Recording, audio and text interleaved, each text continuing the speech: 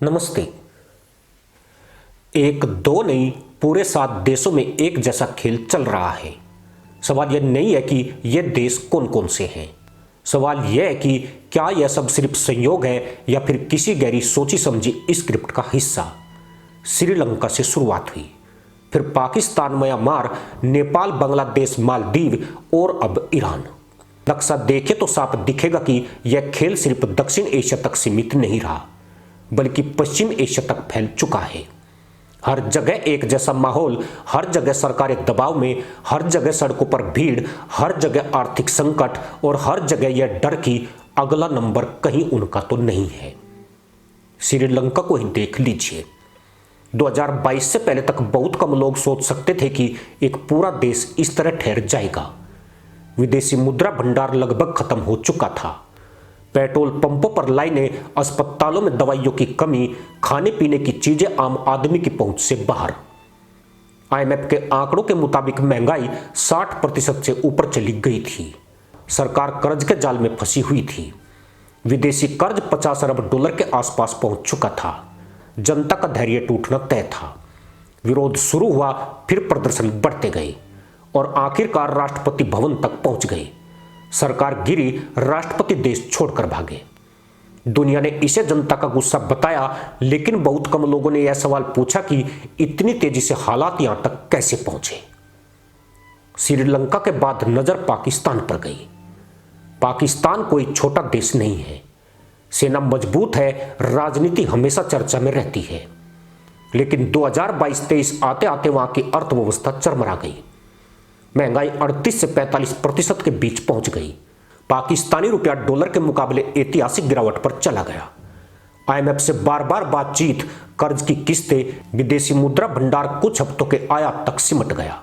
आटा, तेल, बिजली, गैस सब कुछ आम आदमी के लिए बोझ बन गया। इसी बीच राजनीतिक अस्थिरता ने आग में घी डाल दिया। सरकारें बदली, अदालतें सक्रिय हुई, सड़कों पर प्रदर्शन हुए, सैन्य प्रतिष्ठान पर सवाल उठे। वही स्क्रिप्ट, वही पैटर्न। आर्थिक दबाव, जनता का गुस्सा और सत्ता पर लगातार दबाव। म्यांमार की कहानी और खतरनाक है।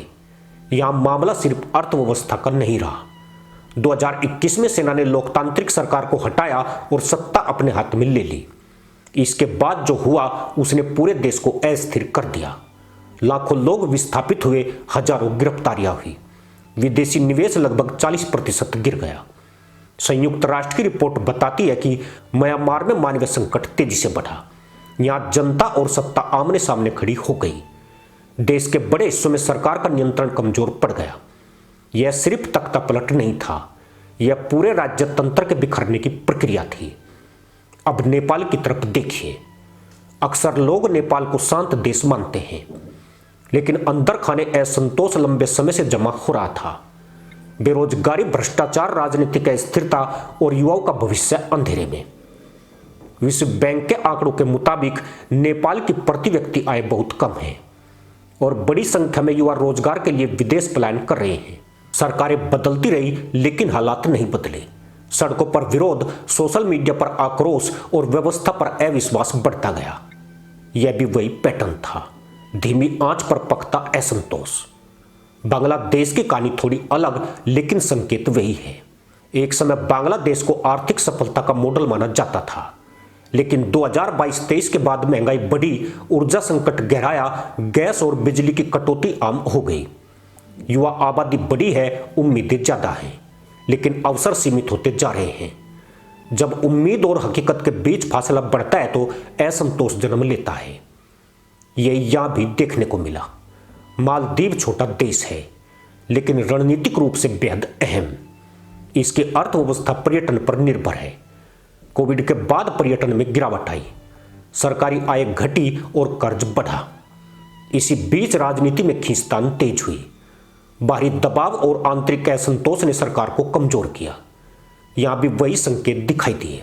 आर्थिक निर्भरता, राजनीतिक अस्थिरता और रणनीतिक दबाव। और अब ईरान सिर्फ एक देश नहीं, बल्कि पश्चिम एशिया की राजनीति का केंद्र है। वर्षों से प्रतिबंधों में घिरा हुआ, लेकिन अंदर से मजबूत दिखने वाला देश। फिर भी 2022 के बाद से वहां हालात बदलने लगे। महंगाई 40% के आसपास, बेरोजगारी ऊंची, मुद्रा कमजोर और युवा आबादी बेहद नाराज। तेल और गैस जैसे संसाधनों के बावजूद आम जनता पर दबाव बढ़ता गया। विरोध प्रदर्शन फैले, सरकार के खिलाफ आवाजें तेज हुई। 3 साल में यह सबसे बड़े प्रदर्शनों में से एक है। एक बार फिर वही सवाल, यह सब अचानक कैसे? अब अगर इन 7 देशों को एक लाइन में रखकर देखें तो कुछ चीजें साफ दिखती हैं। हर जगह आर्थिक दबाव पहले बढ़ा, हर जगह महंगाई और बेरोजगारी ने जनता को चोट पहुंचाई, हर जगह युवा वर्ग सबसे आगे नजर आया, हर जगह सोशल मीडिया ने आग को तेज किया और हर जगह सत्ता अचानक कटघरे में आ गई। यह सिर्फ स्थानीय समस्याओं की कहानी नहीं लगती, यह एक पैटर्न लगता है। यहीं से असली सवाल पैदा होता है, क्या यह सिर्फ आंतरिक असफलताओं का नतीजा है या फिर अंतरराष्ट्रीय दबाव, कर्ज, वैश्विक अर्थव्यवस्था और भू राजनीति का मिला जुला खेल? जब किसी देश की अर्थव्यवस्था कमजोर होती है तो वह बाहरी दबाव के लिए ज्यादा संवेदनशील हो जाता है। कर्ज, निवेश, व्यापार और ऊर्जा, यही वो हथियार है जिनसे किसी भी देश को झुकाया जा सकता है। और जब जनता पहले से परेशान हो तो चिंगारी को आग बनने में देर नहीं लगती। अब भारत की बात करना जरूरी है, क्योंकि सवाल सिर्फ यह नहीं है कि 7 देशों में क्या हुआ, सवाल यह है कि 8वां नंबर किसका है। भारत आज दुनिया की 4थी सबसे बड़ी अर्थव्यवस्था है। जीडीपी $4 ट्रिलियन से ऊपर, विदेशी मुद्रा भंडार मजबूत है, लोकतांत्रिक संस्थाएं काम कर रही है। यह भारत की ताकत है।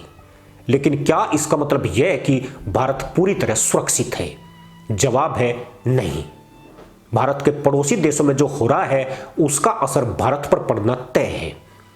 पाकिस्तान की अस्थिरता, नेपाल की राजनीति, बांग्लादेश की चुनौतियां, मालदीव की रणनीतिक उलझनें, ये सब भारत की सुरक्षा और कूटनीति से सीधे जुड़ी है। इसके साथ ही भारत में भी युवा आबादी बहुत बड़ी है, उम्मीदें ऊंची है। अगर विकास की रफ्तार और अवसरों में संतुलन नहीं रहा तो असंतोष कहीं भी जन्म ले सकता है। फर्क सिर्फ इतना है कि भारत के पास इसे संभालने की क्षमता है, बशर्ते समय रहते चेतावनी के संकेत पहचाने जाए। यह खेल अचानक नहीं खेला जाता, यह धीरे धीरे जमीन तैयार करता है। पहले आर्थिक दबाव, फिर सामाजिक असंतोष, फिर राजनीतिक ध्रुवीकरण और अंत में सत्ता पर सीधा हमला। श्रीलंका से ईरान तक यही कहानी दिखती है। इसलिए यह वीडियो डराने के लिए नहीं है, बल्कि चेताने के लिए है। भारत के लिए सबक साफ है, मजबूत अर्थव्यवस्था, सामाजिक संतुलन, पारदर्शी शासन और राष्ट्रीय सुरक्षा पर फोकस, यही बचाव है। बाहरी दबावों को समझना, कर्ज और निर्भरता से सावधान रहना और जनता के साथ संवाद बनाए रखना बेहद जरूरी है, क्योंकि आज का दौर सिर्फ युद्ध का नहीं है, यह अर्थव्यवस्था, सूचना और मनोविज्ञान का दौर है। तो जब आप अगली बार खबर देखें कि किसी देश में प्रदर्शन हो रहे हैं, सरकार हिल रही है, तो सिर्फ सतह पर मत रुकिए। पूछिए कि इसके पीछे आर्थिक हालात क्या थे, अंतरराष्ट्रीय दबाव क्या थे और जनता की हालत कैसी थी। तभी पूरी तस्वीर समझ आएगी। अंत में सवाल फिर वही है, 1-2 नहीं 7 देशों में एक जैसा खेल हो चुका है। क्या यह यहीं रुकेगा या फिर 8वां नंबर किसी और का होगा? जवाब भविष्य देगा। लेकिन भारत के लिए यह समय सतर्क रहने का है, जागरूक रहने का है और राष्ट्रहित को हर चीज से ऊपर रखने का है, क्योंकि जो देश समय रहते सीख लेता है वही इस खेल में बचता है। इसी के साथ अनुमति दोस्तों, जय हिंद, वंदे मातरम।